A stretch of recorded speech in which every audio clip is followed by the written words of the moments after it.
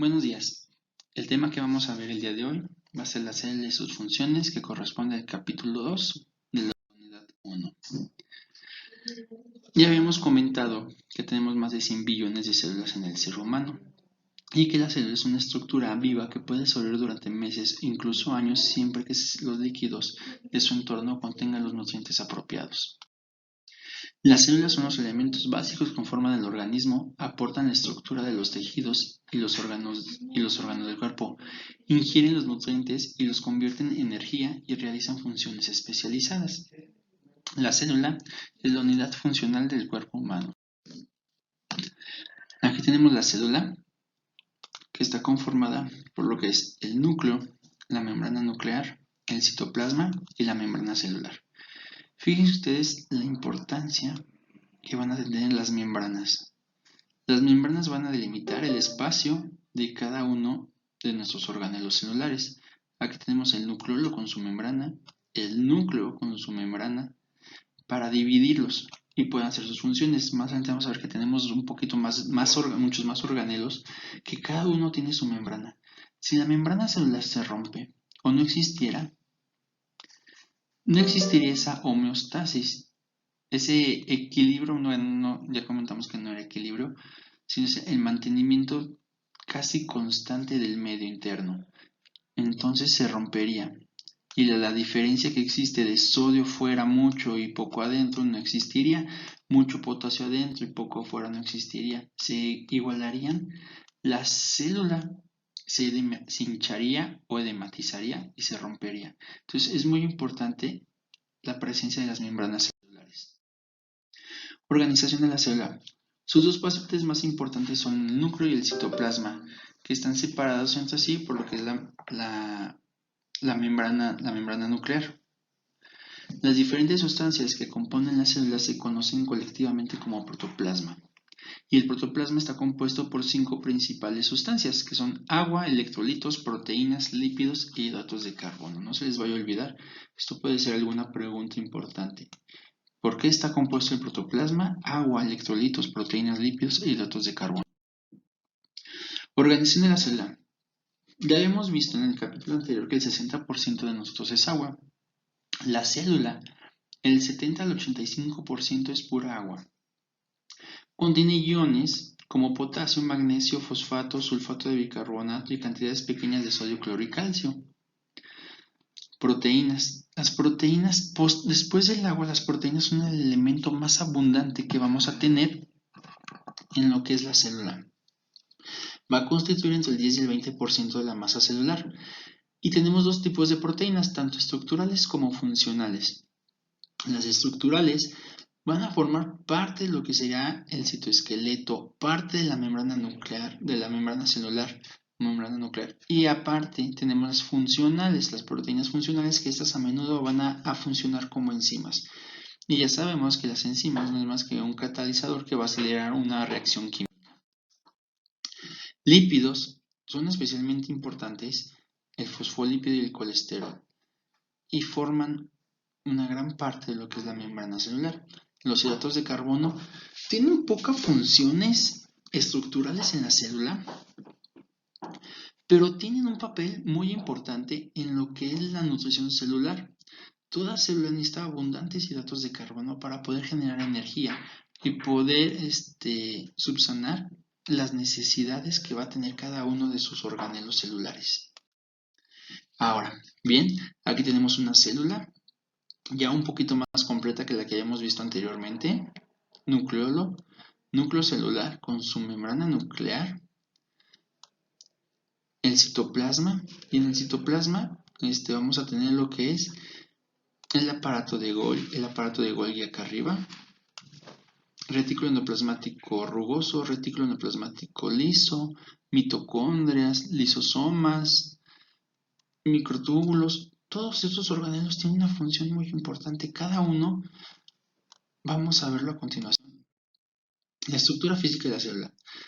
Estructuras de la membrana de la célula. Están cubiertos por membranas compuestas principalmente por lo que van a ser lípidos y proteínas.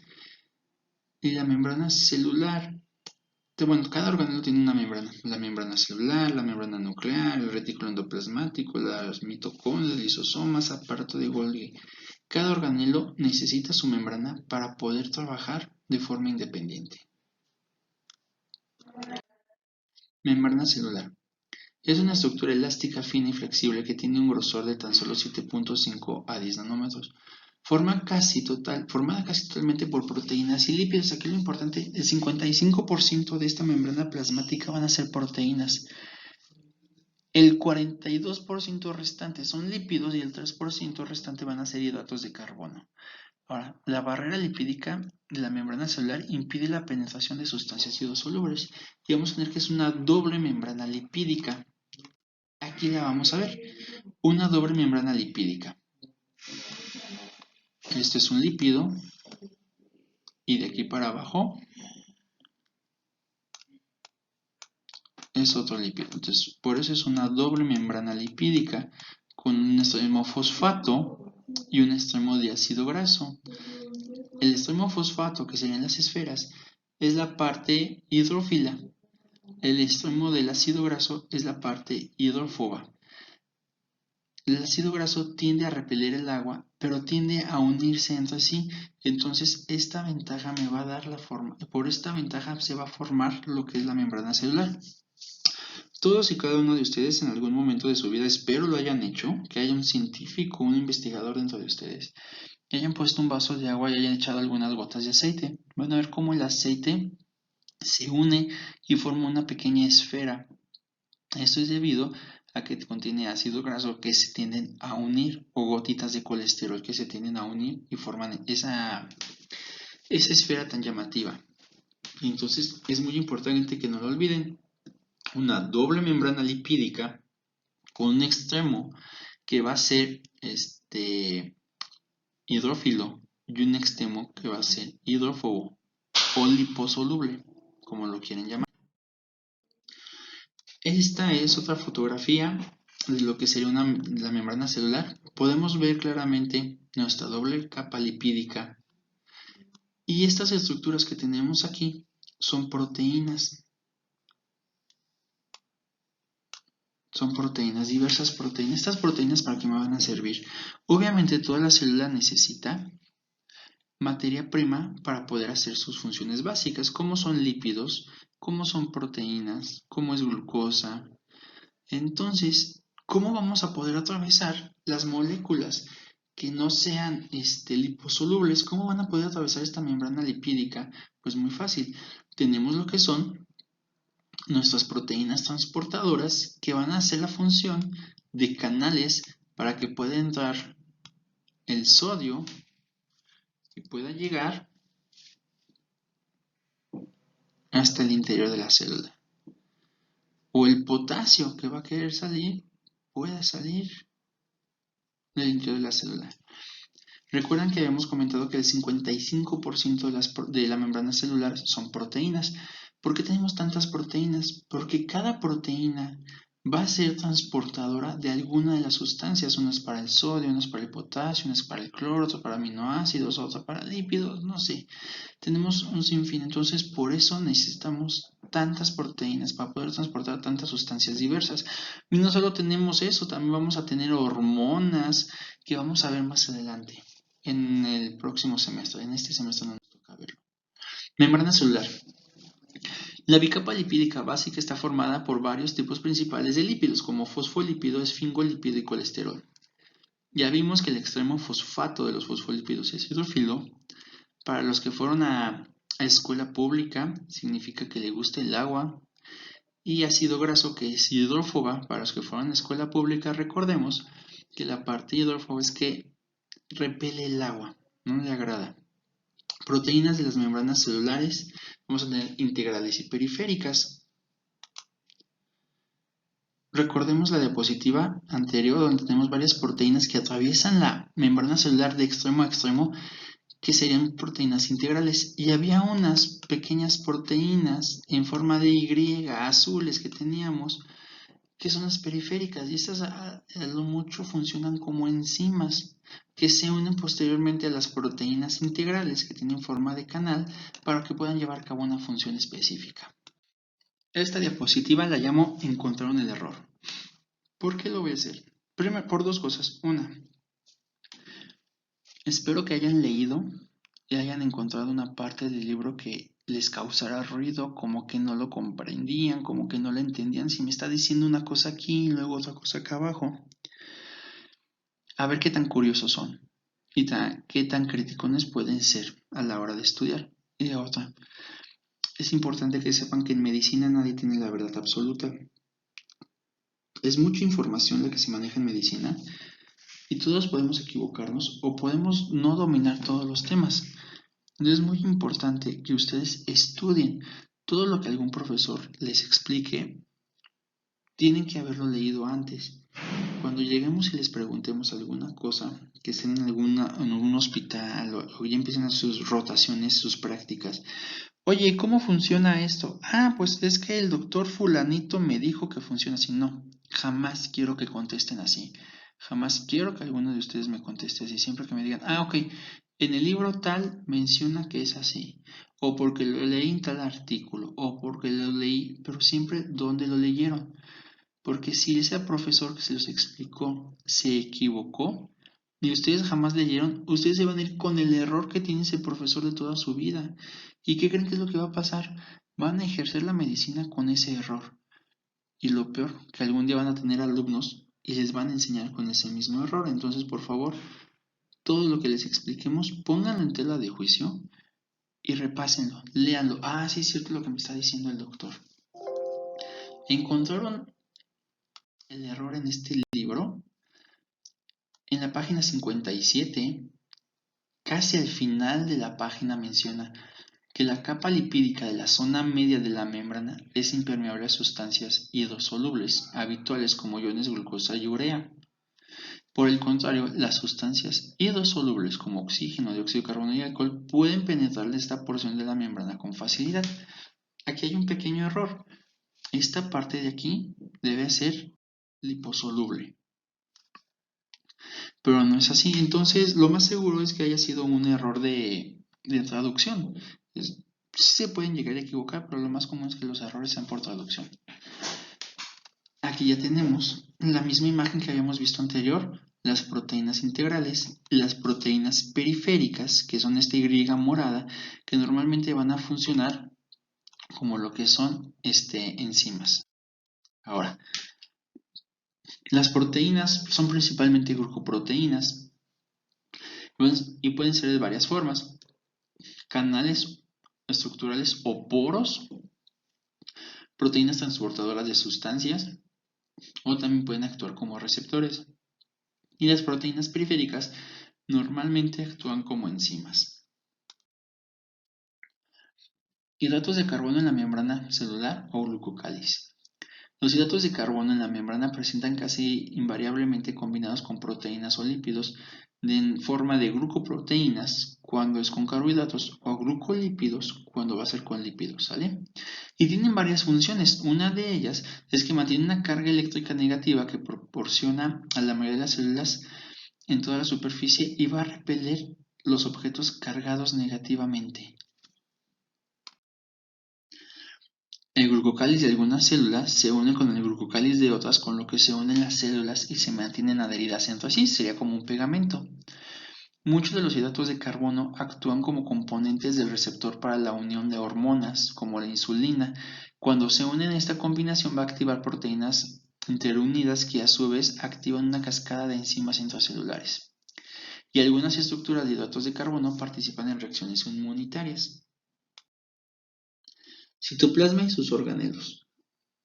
Ahora, vamos a empezar a hablar de todos los tipos de organelos o todos los organelos que tenemos en lo que es la célula. Retículo endoplásmico va a ser el primero. Su forma era así. Bueno, pues mejor dibujada, ¿no?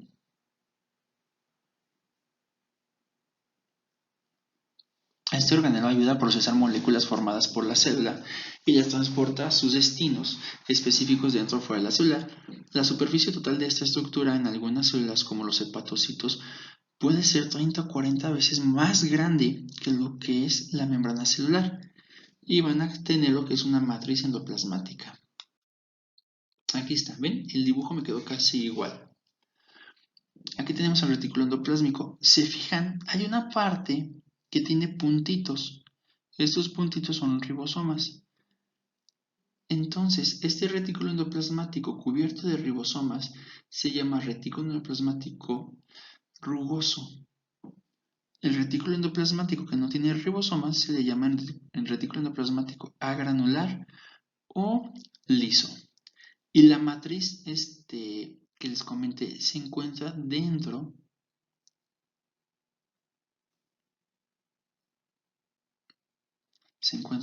de lo que son su membrana su membrana del órgano.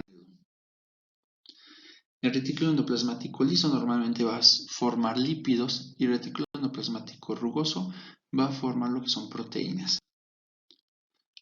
Ribosomas y retículo endoplasmático rugoso. Los ribosomas están formados principalmente por ARN ribosomal. Cuando vean duplicación del ADN, van a ver o más bien replicación, vamos a ver ARN mensajero, ARN ribosomal y ARN de transferencia. Cuando nos referimos al ARN ribosomal, pues son los ribosomas que están sobre el retículo endoplasmático rugoso.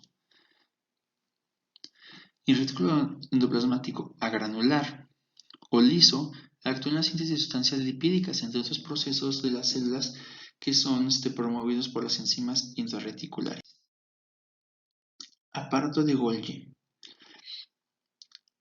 Las sustancias son transportadas, todo lo que va a formar lo que son los retículos endoplasmáticos van a ser transportadas y van a llegar al aparato de Golgi para formar lisosomas, vesículas secretoras y otros componentes citoplasmáticos. Aquí en esta imagen vamos a ver cómo tenemos el retículo endoplasmático rugoso. Y una vez que se termina de formar la sustancia, la proteína, lo que hayamos formado, se va a desprender con una parte de la membrana del retículo endoplasmático rugoso, que se van a llamar vesículas del retículo endoplasmático rugoso. Estas vesículas van a viajar hacia el aparato de Golgi.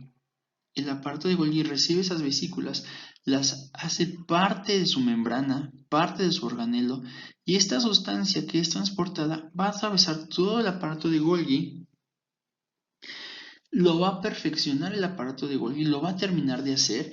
Digamos que el retículo endoplasmático, tanto liso como rugoso, le entrega productos que aún no han sido terminados, aún no han sido perfeccionados, y el aparato de Golgi los perfecciona, los termina, los etiqueta, los almacena en forma de vesículas.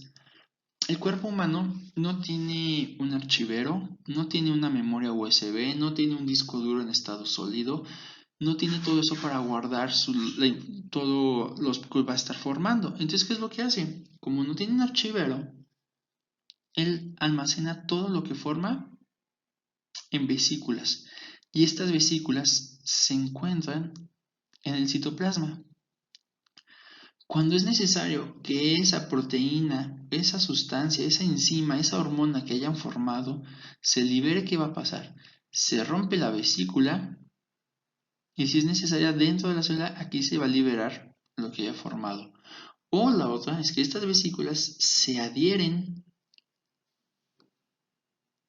a la membrana celular, se rompen y vierten su contenido al exterior, ¿no? Este es el caso de muchas hormonas. Se forman en el retículo endoplasmático, se perfeccionan en el aparato de Golgi, se almacenan en forma de vesículas de Golgi y cuando es necesario sacarlas a la circulación general, ok. Se unen las vesículas a la membrana, se rompen y ya vierten su contenido.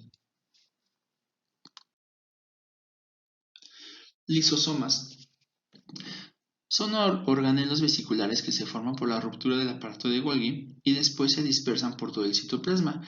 Constituyen el aparato digestivo intracelular, que permite que la célula digiera las estructuras celulares dañadas, las partículas de alimento ingerido y las sustancias no deseadas.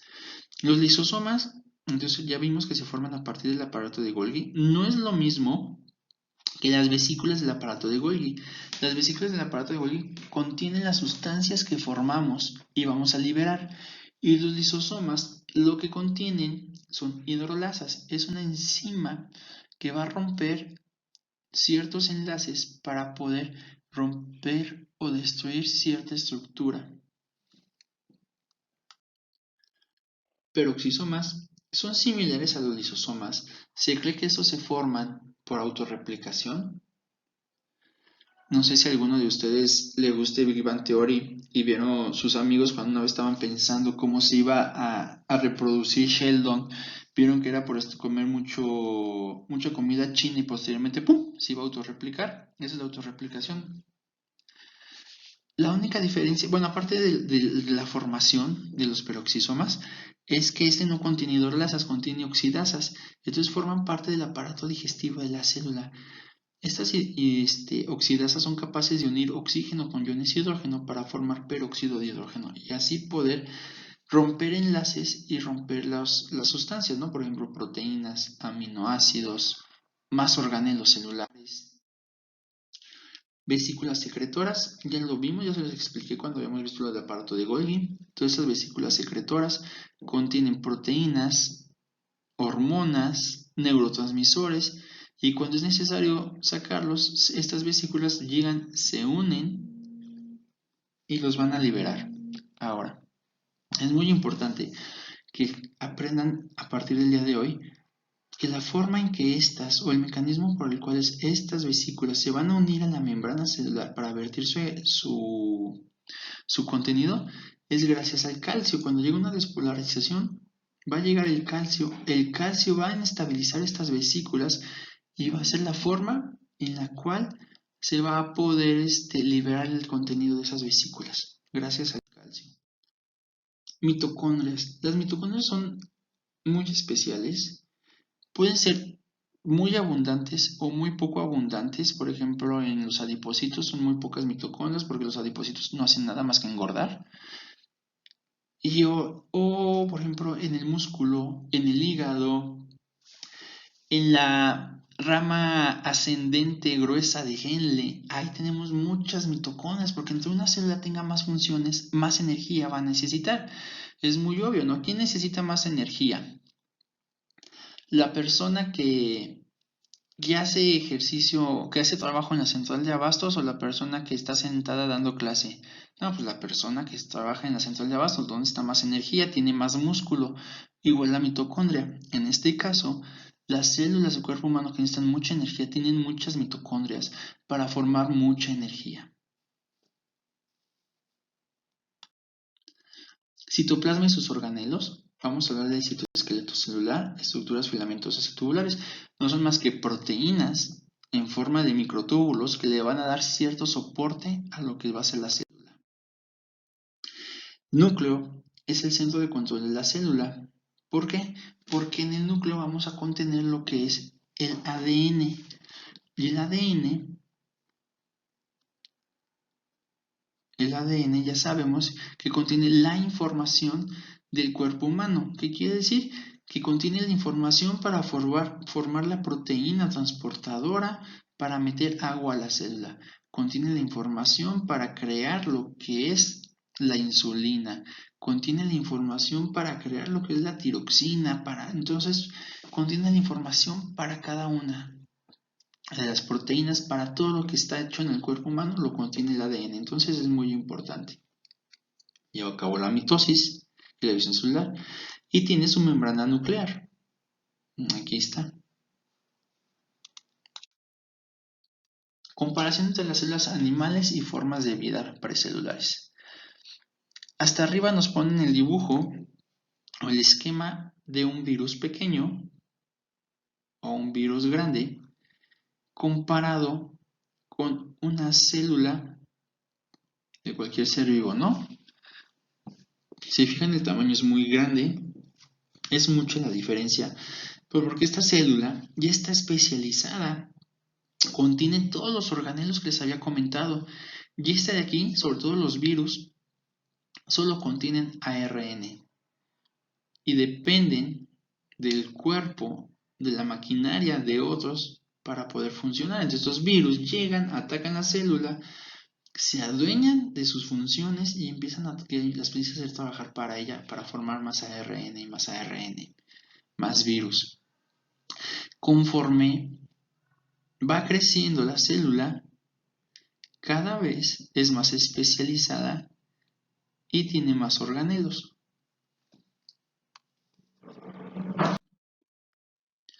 Sistemas funcionales de la célula. Ingestión por las células. La difusión implica el movimiento simple a través de la membrana provocada por el movimiento aleatorio de las células. ¿Qué es la difusión? Es el paso de una sustancia de un lugar de mayor concentración a un lugar de menor concentración a través de una membrana semipermeable. Aquí tengo mucho, acá tengo poco, va a pasar de aquí a acá, de aquí a acá. Esa es la difusión. Pero si se ven, la difusión va a depender de que nuestras sustancias sean liposolubles para que puedan atravesar esa parte interna de la membrana lipídica. Si no son liposolubles, pues no van a poder pasar estas.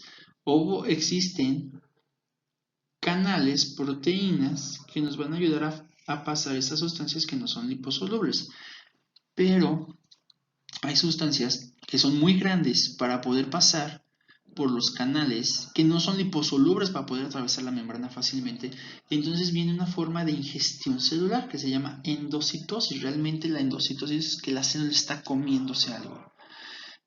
Y los dos tipos son pinocitosis y fagocitosis. Pinocitosis, moléculas pequeñas; fagocitosis, moléculas grandes. Entonces esto va a engullir.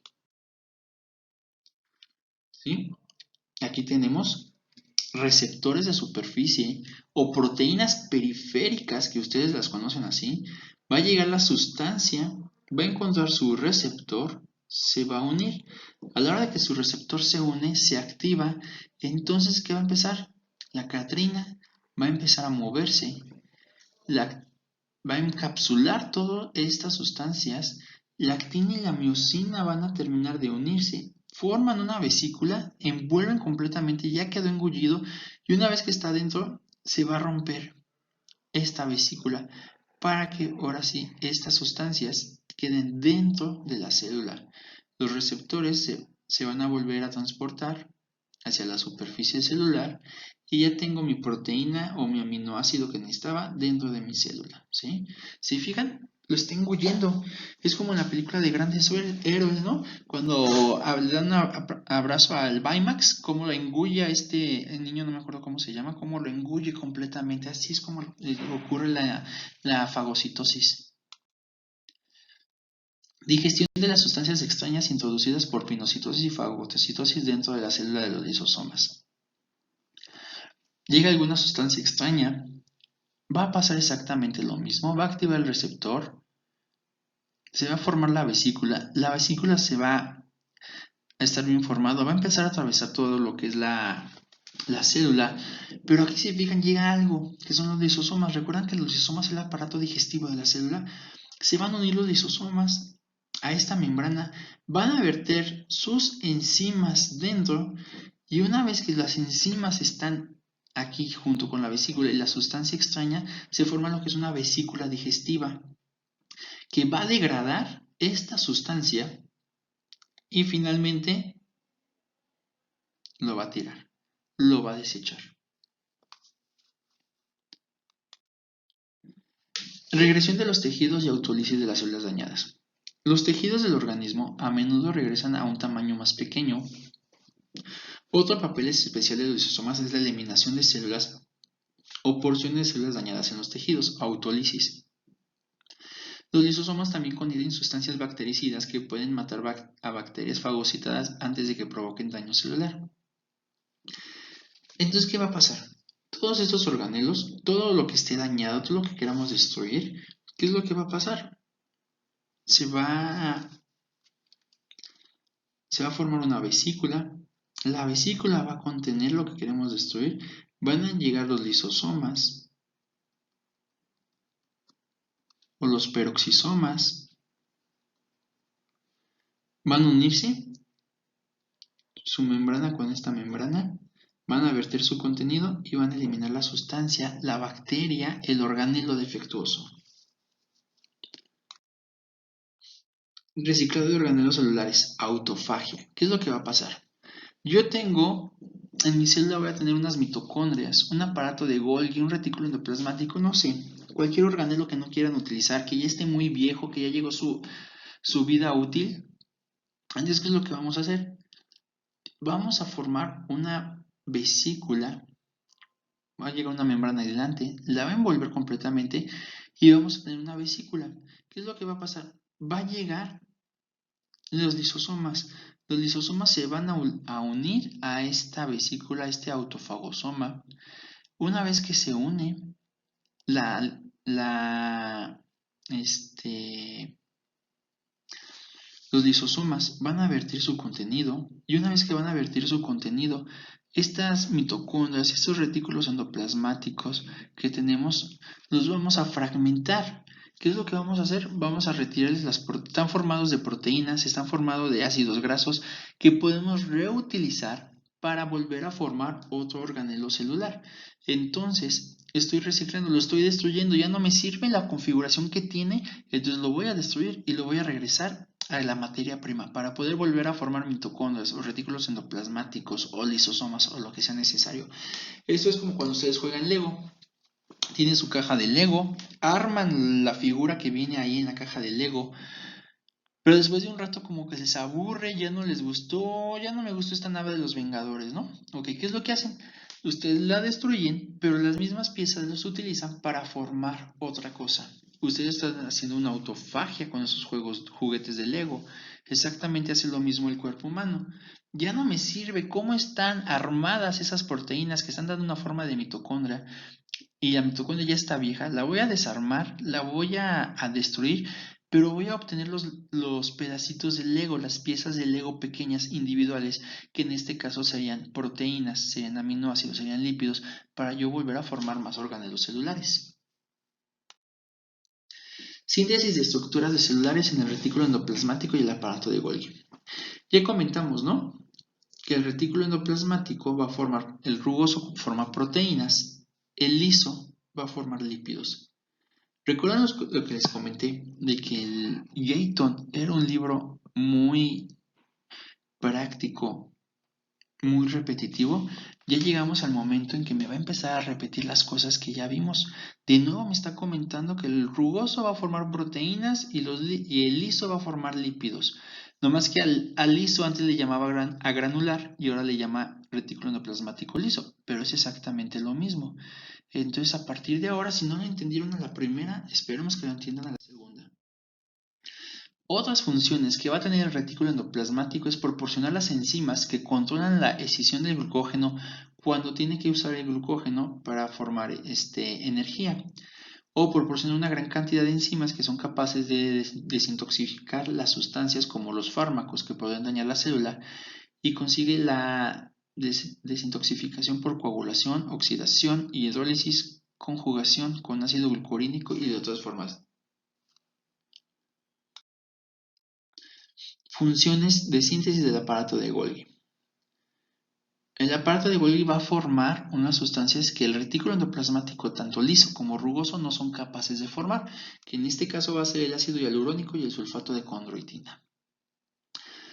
Son los principales componentes de los proteoglucanos segregados en el moco, son los componentes principales de la sustancia fundamental, son los componentes principales de la matriz orgánica en el cartílago y en el hueso, y son importantes en numerosas actividades celulares como la migración y la proliferación, ¿no? Algunos de ustedes tienen un abuelito que le duelen las rodillas y fue al doctor Simi y el doctor Simi le dijo que tomara ácido hialurónico y sulfato de condroitina para mejorar la función de sus rodillas y ya no le rechinen tanto. Eso es, y sale del aparato de Golgi. Ahora, procesamiento de las secreciones endoplasmáticas en el aparato de Golgi y formación de vesículas. Ya lo vimos, ¿no? Quedamos que todo lo que forma el retículo endoplasmático rugoso o el retículo endoplasmático liso va a formar unas vesículas de transporte que van a llegar hasta el aparato de Golgi. El aparato de Golgi, estas vesículas se unen, forman parte van a formar parte de lo que es la membrana del aparato de Golgi como tal. Esta sustancia que se formó acá atrás va a empezar a atravesar el aparato de Golgi, lo va a perfeccionar el aparato de Golgi. Una vez que esté perfeccionado, ¿qué es lo que hace? Lo almacena y lo manda en su propia vesícula para que esté cerca de la superficie celular. Y ya tenemos nuestras vesículas secretoras. Una vez que llega el estímulo adecuado, va a entrar calcio. El calcio causa que esto se inestabilice. Esta membrana de las vesículas se une a la membrana celular, forma parte de la membrana celular y luego se rompe para verter su contenido. Puede ser acetilcolina, puede ser insulina, puede ser cualquier hormona, neurotransmisor, proteína, transportador que necesitemos. Tipos de vesículas formadas por el aparato de Golgi. Tenemos vesículas secretoras y lisosomas. Ya también lo habíamos comentado, ¿no? Que les dije que no vayan a confundir. Una cosa son las vesículas secretoras que contienen las proteínas, aminoácidos, sustancias, neurotransmisores que forman el retículo endoplasmático liso o rugoso. Y otra cosa pues, son los lisosomas que contienen hidrolasas que me van a ayudar a destruir o son parte del sistema digestivo de la célula. Uso de vesículas intracelulares para reponer las membranas celulares. Ok. Estas vesículas secretoras a la hora de unirse a la membrana celular forman parte de la membrana celular y de esta forma yo estoy reponiendo mi membrana celular. Ahora, la mitocondria extrae energía de los nutrientes. ¿Qué es lo que va a pasar? La glucosa, yo creo que si todos tuvieron el bachillerato de químico biológico, se recordarán lo enrolloso que es la glucólisis, que es el ciclo de Krebs, que es la cadena de transporte de electrones. Y que en la cadena de transporte de electrones, todos los NADPH, todos los hidrogeniones que se juntaron a lo largo de todos estos glucólisis ciclo de Krebs van a llegar hasta la mitocondria. Y aquí es donde sucede la magia. Aquí es donde va a llevarse a cabo la cadena de transporte de electrones o la respiración celular. Aquí se forma la energía. No viene bien especificado de esta forma cómo se va a formar. Nada más nos menciona a grandes rasgos que lo que va a entrar es la glucosa, va a transformarse en ácido pirúvico. El ácido pirúvico se va a transformar en acetilcoenzima A. El acetilcoenzima A va a entrar al ciclo del ácido tricarboxílico y va a formar muchos NADPH, va a formar muchos hidrogeniones. Y una vez que se forman todos estos, van a llegar todos los hidrogeniones a la mitocondria. En la mitocondria los voy a hacer saltar por una serie de proteínas para formar energía. Entonces yo obtengo energía, obtengo agua y esta energía la voy a guardar en forma de ATP. No se preocupen, no se estresen, no tienen que saberse todo esto. Ahorita lo que me importa es que ustedes sepan que la mitocondria es la que lleva a cabo la respiración celular, que lleva a cabo la formación de energía. ¿Y cómo almacena toda esta energía? En forma de ATP. ¿Y qué es el ATP? El ATP es trifosfato de adenosina, que está formada por una base nitrogenada, que es la adenina, un azúcar, que es ribosa, y lo que son los radicales fosfato. Si se fijan, trifosfato de adenosina, 1, 2 y el tercer fosfato. ¿Sale? Eso es ATP. Si se fijan el ATP, cada enlace de fósforo, este enlace de fósforo no es igual que este. Este enlace que tenemos aquí, que parece que lo hice yo, significa enlace de alta energía. Entonces el ATP tiene dos enlaces de alta energía. Aquí se guardó la energía que se formó en la mitocondria. ¿Qué es lo que yo necesito para liberar esa energía? Lo rompo. Rompo este enlace de alta energía, libero mucha energía y libero un fósforo. Me queda un enlace de alta energía. En este momento se llama ADP, difosfato de adenosina. Si yo agarro y le quito el otro enlace de alta energía, ¡paz! Libero mucha energía y ahora tengo monofosfato de adenosina. Entonces, este monofosfato de adenosina, ¿qué tiene que hacer? Regresar a la mitocondria para que le vuelvan a poner energía. Es como ustedes ahora que vengan a la escuela, puedan venir a la escuela, o los que fueron a la escuela y son foráneos, Llegan el lunes con toda la actitud, con comida, ropa limpia, pero conforme va pasando la semana se desgastan, se cansan, se acaba la comida, se acaba el dinero, ya no tienen ni qué comer. Llegan el viernes a su casa, su mamá los alimenta, les da dinero, les da ropa limpia y ya los llenó de energía. Si ustedes llegan siendo ATPs el lunes, para el miércoles ya son ADP, pero para el viernes ya son AMP y ya están vacíos, tienen que regresar a la mitocondria que es su casa para que los vuelvan a llenar de energía. ¿Y la energía para qué sirve? Para que mi retículo endoplasmático rugoso forme proteínas, para que la membrana celular pueda realizar las funciones de llevar a cabo transporte a través de la membrana, para que la mitocondria forme energía y para que se lleve a cabo la contracción muscular. Para todo eso va a ser necesario la energía y para muchas cosas más. Llegamos a lo que es locomoción de las células se tienen que mover. El tipo más evidente de movimiento que se produce en el organismo es el de los miocitos en el músculo esquelético, cardíaco y liso. Cada que nos movemos, pues se va a contraer el músculo y es muy evidente. Pero hay dos tipos de células, como es el amebiano y el movimiento ciliar. El movimiento amebiano es muy divertido, es muy padre. Lo llevan a cabo sobre todo lo que son las células blancas encargadas de la inmunidad, como son los monocitos, que van a llegar, se pegan al endotelio,